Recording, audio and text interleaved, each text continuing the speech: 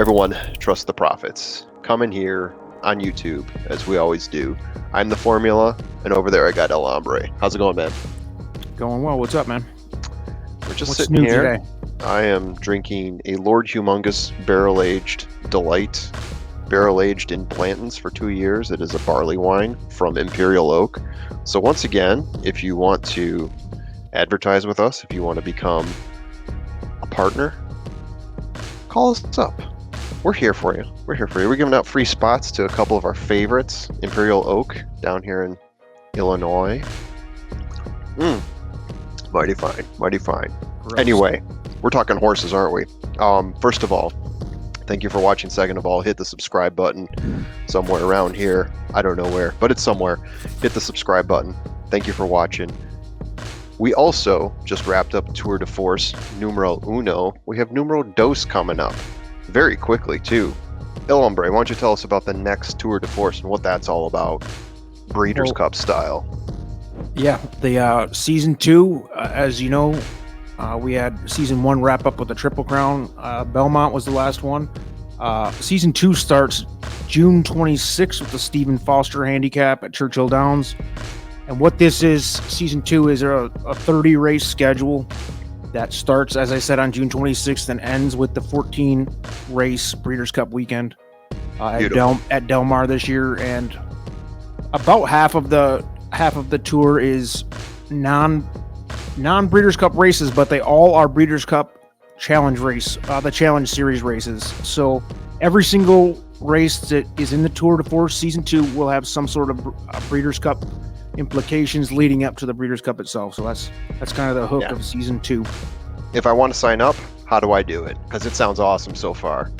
We're going to post a link on this video, or else you can contact us on trusttheprofits@gmail.com or any private message on any of the social media outlets anywhere. We got those below our names here. So he's got one, I've got one.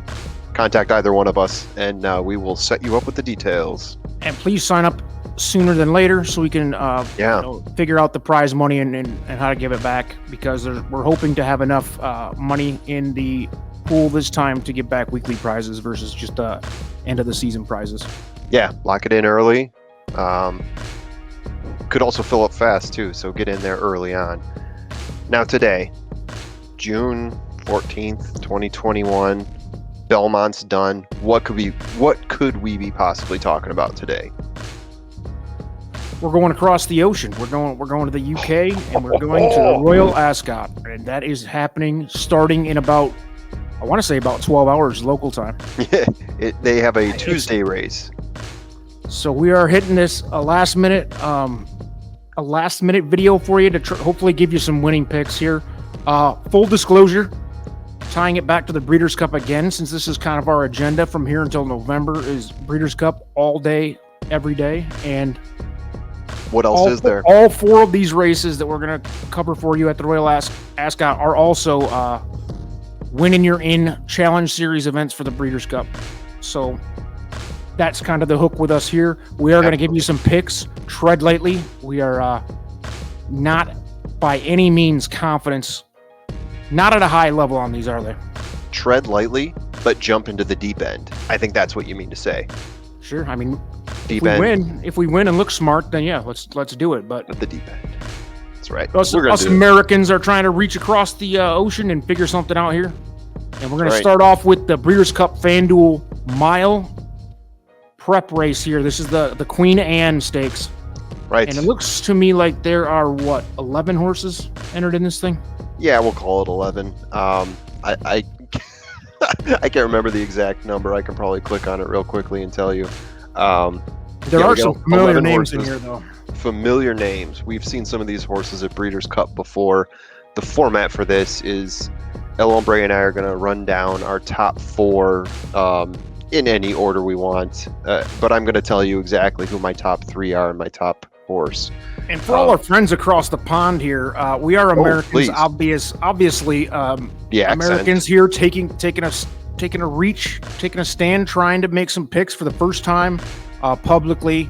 Yes. On Royal Ascot week. So we're looking forward to this again. I would tread lightly financially, but hey, you never know. Maybe we'll get some beginner's luck here with our first public picks for the Ascot. Let's do it. I'll go in reverse order here. So my number 4 horse, Order of Australia. You may remember this horse. Who could forget it? 15-2 shot, by the way, in the Queen Anne. It ran well in the Breeders' Cup. Ran well. It won its race. It broke our hearts, Fredo. It broke our hearts. That horse wrecked every one of my sequences. Yeah, it's a 60-1 giant price. Yeah. Destroyed my life. I effing hate this horse, but I mean, he's going to be in the money here. Go ahead. I don't think he's going to be in the money. I think he's going to finish just outside of it. That's why I put him at number 4. I put him at second. Spoiler alert. Ooh, jumping ahead. That's fine. Only 3 wins and 9 starts. It ran 6th in the Sha Tin in Hong Kong right after it finished first in the Breeders' Cup, right? The graded mile in Hong Kong. 9th in another race. This horse is really hard to call, in my opinion. 4-year-old, you'd think it would have some sort of consistency by now. But yeah, I can't put this horse in the money. I like 3 horses better than this one, but I also can't ignore this one. So I want to at least bring it up because we said we were going to do a top 4 today. So Order of Australia is my 4th. Who you got next? My fourth is a 150-1 bomb accidental agent.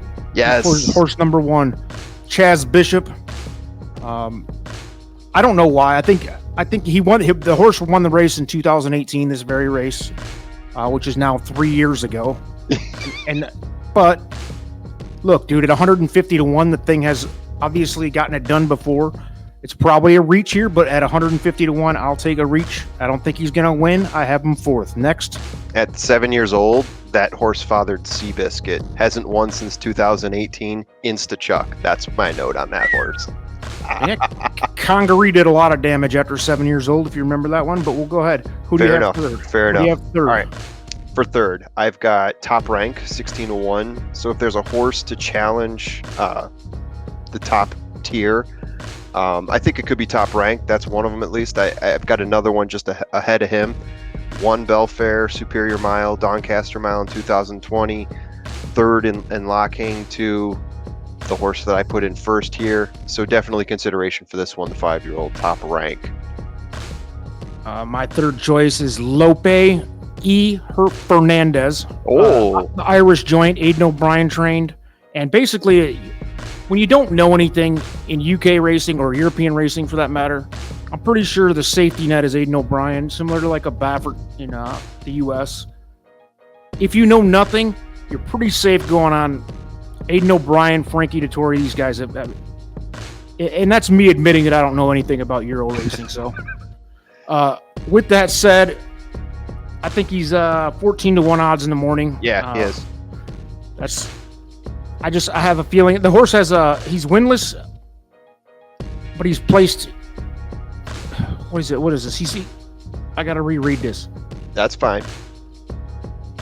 He's winless in his last few, but they've all been tough Group 1 competition, super competitive fields. Won in April in Leopardstown, but he also came in 3rd in Breeders' Cup to Order of Australia. So, I mean, he's done some stuff, but then a couple times at Ascot, he's finished 7th and 11th, 3rd and 2nd in Deauville in 2020. So, I mean, this is another horse that, just like Order of Australia, I looked at as being extremely inconsistent in terms of being able to predict, just in and out of the money left and right. So I didn't have him in my top tier, but I can see why you'd put him in there. Obviously, you saw him at Breeders' Cup, Order of Australia, finished in the money. Another 4-year-old. Maybe there's a maturity level he reaches now. Who knows? And speaking of Order of Australia, that is my second horse, as I mentioned. I have go to that. Second, and again, Aidan O'Brien. If you know nothing, let's do it. That is a Breeders' Cup champion, which always makes me elevate the respect level. Yeah. Who do you have at 2?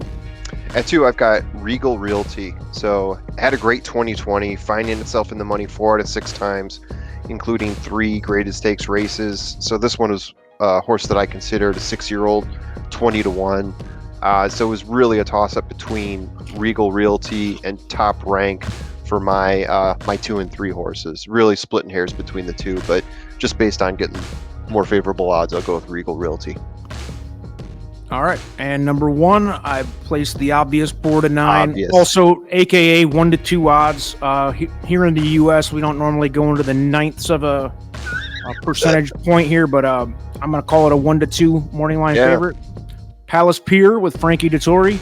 No surprises. I don't think anybody's beating this horse. I read a lot on this race, and I don't think anybody is really giving anybody else a shot outside of the 6-horse Palace Pier. No. I will say this, though. If you get somebody else on top, you will be paid for it. Yeah. Oh, by the way, I didn't pick Palace Pier here. I put Lord Glitters. Psych. No, I picked Palace Pier. Never finished out. Yeah, never finished outside of the money, right? It is only lost a race once at Ascot, 3rd place with Frankie Dettori in the mount.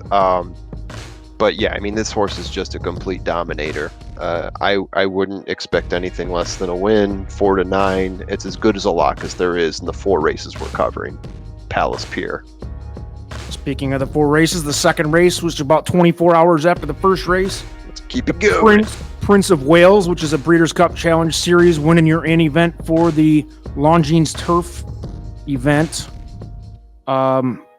Looks like 7 entries to me. Mm-hmm. I'll go ahead and kick it off with my 4th place finisher, Please. and that's a Breeders' Cup champion again, Adoria. The French horse, Billy Buick on the mount. He did win the Breeders' Cup Filly and Mare Turf last year at Keeneland 7 months ago, whatever it was. The only concern, they're saying that he hasn't run enough to, I guess fitness is in question. I haven't seen much on this horse outside. I do know he was very impressive in the Breeders' Cup last year. Who do you have as your 4th choice? Yeah, as my 4th choice, I've got Lord North. Won the DP World at Maiden, 4th at Breeders' Cup and Turf. Several big wins in 2019 and 2020. So I'm feeling pretty good about Lord North. Possibly finishing in the money here, but I got him just outside. All right. Third choice for me, I have Armory, another Aidan O'Brien joint. If you can't start to see a pattern here with me, 3rd in the Irish champion. 3rd in Irish champion. I can't even speak. Yeah, you're doing great. And you know why? I haven't had a beer yet today, and normally I have about 2 or 3 beers before I start here, but. 3rd in Irish championship last year, I think is what you mean to say. That's where I was going. And I think he finishes. I think he finishes 3rd here. I don't have the odds in front of me, but that's my choice. Armory from Ireland. Go. All 3rd. Right. I've got Sangarius, winner of the Quebec Stakes, 2nd in both the Huxley and Girard. Definitely a top horse in this race, but it's one that I'm looking at to probably finish in the money, but not get the top spot. All right, we'll move on to 2nd choice. My favorite combo when it comes to European combos is Ryan Moore and Aidan O'Brien. I have the 7-horse Love from Ireland again. That's a great horse. 2nd, he's my choice for 2nd place here. Yeah. Where are you at on 2nd? So I went with Adoria on 2nd, right? So 1st in Breeders' Cup Turf, 3 wins in its last 4. This horse has been hot. And really, it's like a 1A, 1B with me. I'm going to jump ahead and tell you my 1st horse, which is Love. Another hot horse, another one that's won, 3 in a row, and 6 of its last 8, mostly Grade 1 races. I mean, this horse is also just completely on fire. I like Love just a little bit more than Adoria, but that's who I got as my 1 and 2. What's the story on the 10-month absence? Did you hear anything on that? Because I read somewhere that was really the only concern on him is he hasn't run in 10 months. I don't know what the truth or not on that. Yeah, on Love. I don't know. It's funny. I look at August and I don't feel like it's that far back. We've seen a lot of these horses, and we were doing this during the Kentucky Derby, where I got to thinking that, like, oh yeah, the fall, that's just 3 months ago. But here we are. It's 8 months ago at this point. It's now 8 months ago. Yeah, I mean that's a great question. I purely looked at the horse's abilities. I've seen horses like Monomoy Girl who had huge layoffs and they came back just as strong. So it's a general concern. It's a good concern, but I'm still going with Love here as my top pick. And as I said, 1A, 1B between Love and Adoria. My top pick here is Adoria. I think I'm saying it right. I'm just floating through it like I know how to pronounce it. Adoria. Lord North I have on top. The my 4th horse, Frankie Dettori. I think we had the same. Oh no, we had one different, but one different. Armory versus Sangarius as opposed to Sagittarius. Lord North won it last year. That's always a big factor for me. He won the same race. I usually I like to go for a repeat, especially if you got F. Dettori on top, who's the best jockey in the world. Some say. Mhm. I would. I'm not going to compare him to an American jockey. I think it's a completely different style, and it's a different continent, folks. So we have a few of our own rock star jockeys too, but Frankie's well respected in the industry. I know that. He's one of the best in the world for sure. Anytime he's on it, he's like Irad is right now in America. he's gonna have a shot. So let's move. Oh, hold on. Irrelevant metric. Relevant metric. Coming My from this Oberon? side. My Oberon, exactly. Yes. But not for the reason you might think. I know you're going to give a shout out to a Bell's local Brewery. a local brewery if you're local to Michigan. They have the Oberon Summer Wheat, but I'm not saying it because of Bell's, although shout out to Bell's. My Oberon, Dam was my Titania. Whoever's naming these horses really is in love with The Bard, Shakespeare, Midsummer Night's Dream. Look it up. Characters from the play. There you have it. You just got educated today. All right, now, and this is, I don't know, guys. I tried. Again, I'm a admitted idiot when it comes to European racing. That's why we're here. We're getting here. This is the first step for us to put some picks out there, see what happens. And again, it's more for us to focus on the Breeders' Cup, who's stacking up as the favorites and the contenders in the Breeders' Cup events. But this Norfolk Juvenile Turf Sprint race here, there is 275 entries in this thing. I don't know who's going and who isn't. I'm almost certain they're not going to start 32 horses. I don't understand it. I'm actually one of them. If you look it up, I'm actually one of the horses that entered in. They wouldn't know. I mean, it's going to...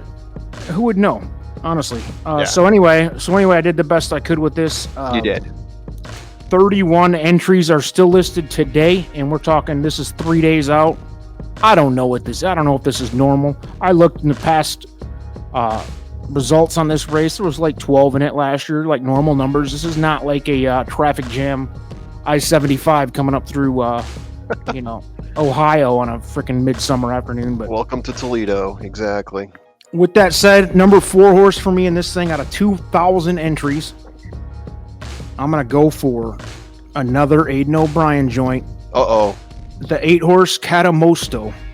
Catamosto, of course. Ryan Moore. There you have it. R. Moore, probably my favorite jockey in the European races, and that's because I've gotten lucky on a few of his joints in the past. Mm-hmm. Go ahead. Who do you have it for? So Catamosto, I believe, at 11-2, and again, we all have to do our math here.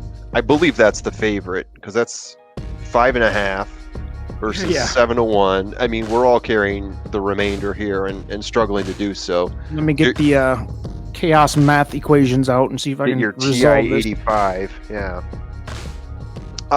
So I think I put Catamosto as my 4th one too. I was struggling, and these are all 2-year-olds, right? We're talking about the 2-year-old division here, so there's not a lot of data to work with, and that always frustrates the crap out of me. Catamosto, Ryan Moore is the jockey. That's good. One at his opener in Dundalk. Nice to see. I think most of these horses probably won their opener, or not too long after that. I'm going to go Catamosto here as my number 4, finishing just outside the money. Sure. Number 3, surprise, surprise. I have Amalfi Coast, which is another Aidan O'Brien joint. I know 14-1 is the morning line. I know that this is kind of a bomb, but again, what's a bomb? And 30 horses are entered in this thing. Yeah. I don't know what's going on. You start 11-2 and work your way back from that. Yeah. And please, in the comments, go ahead and ridicule me because I am an idiot with this. I'll be honest. I am trying. I'm making an effort. I'm reaching across the coast to you folks. Please educate an American idiot. But again, with the Aidan O'Brien joint, I've seen this horse around. It has never been. If I recall, I think I've seen him 2 or 3 times, or at least read the results. Yeah. On him in the past. And 14-1 just seems fair. 3. I have him in the 3 hole. Who do you have in the 3 hole? Yeah, and the 3-hole for me, I've got. I almost went with Amalfi Coast here. Amalfi Coast is probably my fifth pick here. Gotta love the Amalfi Coast. Brings up lovely visions. But I went with Go Bears Go. Broke his maiden at Ascot. Okay. Familiar with the track. Won a race there already. Decent odds. Not a lot to go off of here. I'm reaching here. Tom Marquardt is the jockey. Okay. If it's not obvious that I'm reaching too, you're probably not the sharpest tool in the shed. How's that Right. sound?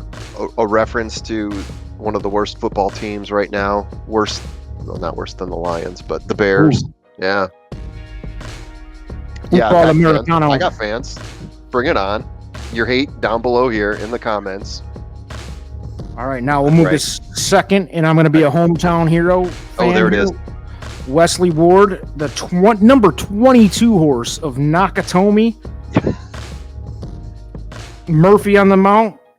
W. Ward, just having a stellar year altogether, to be honest with you. So, probably a homer choice for the American here. Yeah, I like Wes Ward in the second spot here, going off at 7-1. I think the public likes him too. So, who do you have in this 2-hole? I'd like to know out of 32 horses, very few of which we know, how we managed to pick 2 of them exactly in the same spot. Because I also had Nakatomi, broke his maiden at Keeneland, Ward Rosario combo. It's one race to go on, 7-1, but this seems like a really solid horse. So I'm curious to see what he does when he comes back over the Atlantic and races over here again. But yeah, Nakatomi, irrelevant metric here. Nakatomi Plaza featured in Die Hard. That's how you name a horse right there. Going deep into Die Hard nostalgia. Hey, Die Hard fans demand more. Demanding more. To quote the Woo. That's right. All right, we're going to quote the Woo, and we're going to move on. Number one. Don't tell me you picked the same Johnny one. V. Johnny V with Wesley Ward. You did again. it again. You did Lucci. it again. Lucci. That's a good horse, too. And that is 9-2. I think that is your morning line favorite.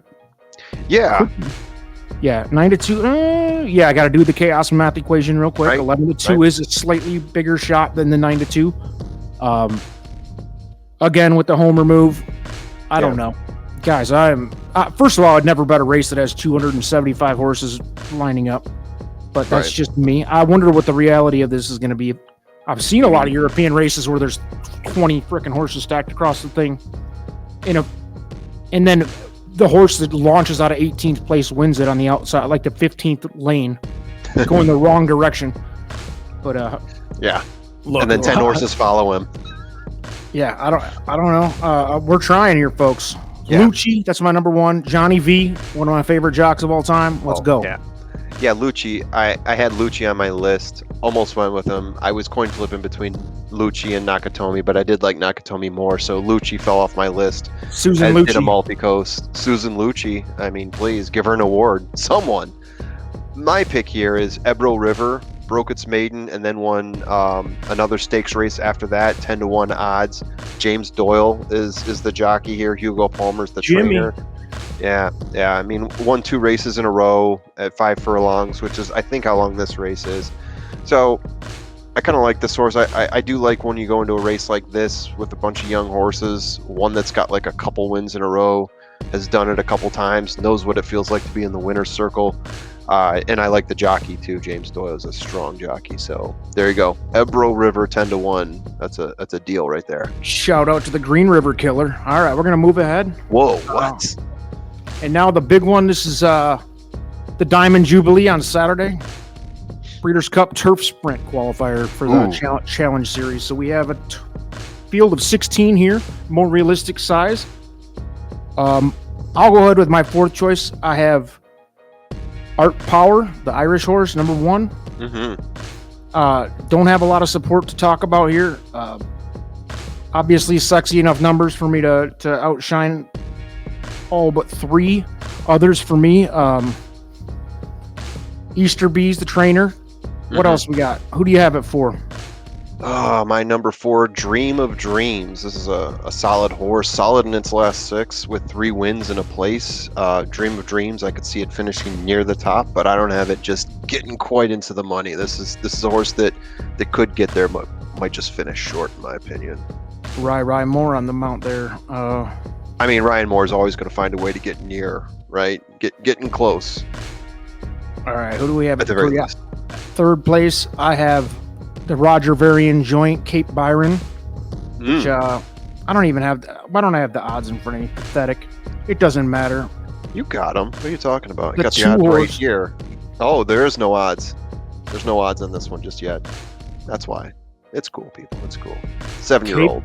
Cape Byron. Yep. Apparently, I'm a big fan of old horses in Europe. I don't know. That's it. I'm done. I'm done talking about it. Who do you have at the? At this point, my mind was exploding. I still haven't gotten over the fact that there's 32 horses showing as entries in the last event. And there's about 17 please, in this one. somebody explain to me why that's a thing. I've never seen that. Yeah. They could scratch Somebody please 20. educate me. Educate me. I'm an idiot. Admit it. I've got no problem with being an idiot when I'm. It's ignorant. It's not an idiot. How's that sound? I'm Sounds ignorant great. to how a race works with 32 entries. Anyway, next, who do you have at third? Yeah, so at third I've got Garrus, the Irish horse, trainers Charles Hills, and this horse is like in the last 4 races, placed twice, won once, half the time, more than half the time, finding himself in the money. I would say about 60% of the time. He's had some good jockeys over his lifetime too, and the jockey coming up for Garrus is unknown as of right now, but I wouldn't be surprised if it's James Doyle or Ryan Moore. So I'm just going to throw that out there. My second choice for no other reason, No other reason. other than just a Ziggy Stardust fan. Starman with Eddie Walker. I got him at second. Oh yeah. Impressive last win. I did watch the video. I caught up. I did my homework. The Duke of York Stakes. Yeah. I have him as the second choice here. Who do you have at two? Yeah. So I've got another situation here where I like 2 horses really close together. Go ahead. Starman is the obvious one, right? So I'm going to jump ahead and say that I've got Starman as my number 1. Winners in every race other than its last Ascot race, but it's the favorite, and I'll take it in this one. So I'm putting Starman number 1. Great song too by Bowie. Go ahead. Yeah, and great character if you played Nintendo's Pro Wrestling, by the way. I'm sure everybody has. Yeah. Everybody knows exactly what I'm talking about. My number 1 horse, I'll jump ahead of you and take this one. Glenn Shiel. Last 7 races, 4 wins, 2 places. This is a strong horse here. Sorry, I jumped ahead. So that's my second place horse is Glenn Shiel. My top horse is Starman. I don't see any way that anyone can defeat Glenn Starman Shiel. unless it's Glenn Shiel. Who is a long lost cousin of Glengarry Glenn Ross. Oh, All right. Number 1 for me. nephew of Glenn Close. Number 1 for me. I had Dream of Dreams, the Irish horse. Oh, you went with that one, number 1. Rye Moore. Yep, I'm in. Oh, I'm all in on this horse. I don't know I have no idea what the odds will be here, but yeah. Look, Starman's gonna get. I'm taking 4 to swings, 9. baby. I'm gonna put at least $10 on these things. I'm gonna say that Starman opens this one at 5 to 16. I'm gonna say that's the opening odds. Yeah, maybe 7 to 43, but it's close between those two. I'm gonna be honest with you, and I don't care what anybody thinks. Oh please. I am betting these races like the stone minimum you can bet, and that's for one reason, because I want them to be memorable.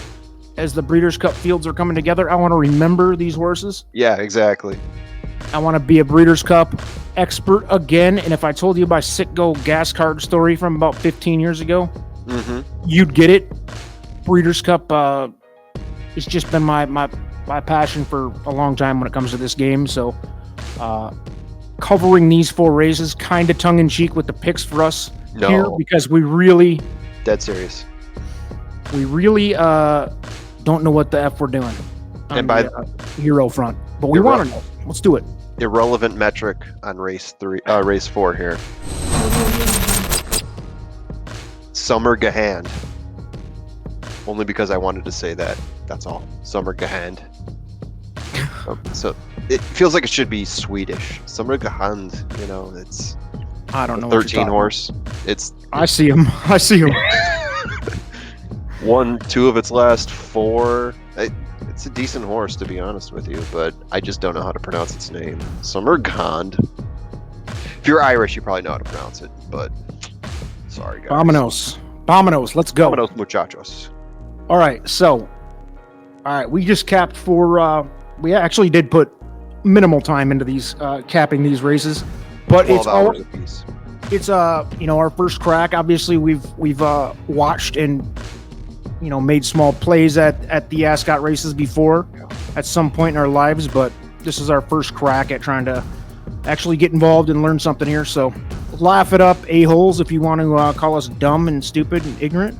And Glenn Shield, Glenn Ross. Yeah. That's great. Come and see us Breeders' Cup time, and we will know a little bit more about these horses than most people. So yeah.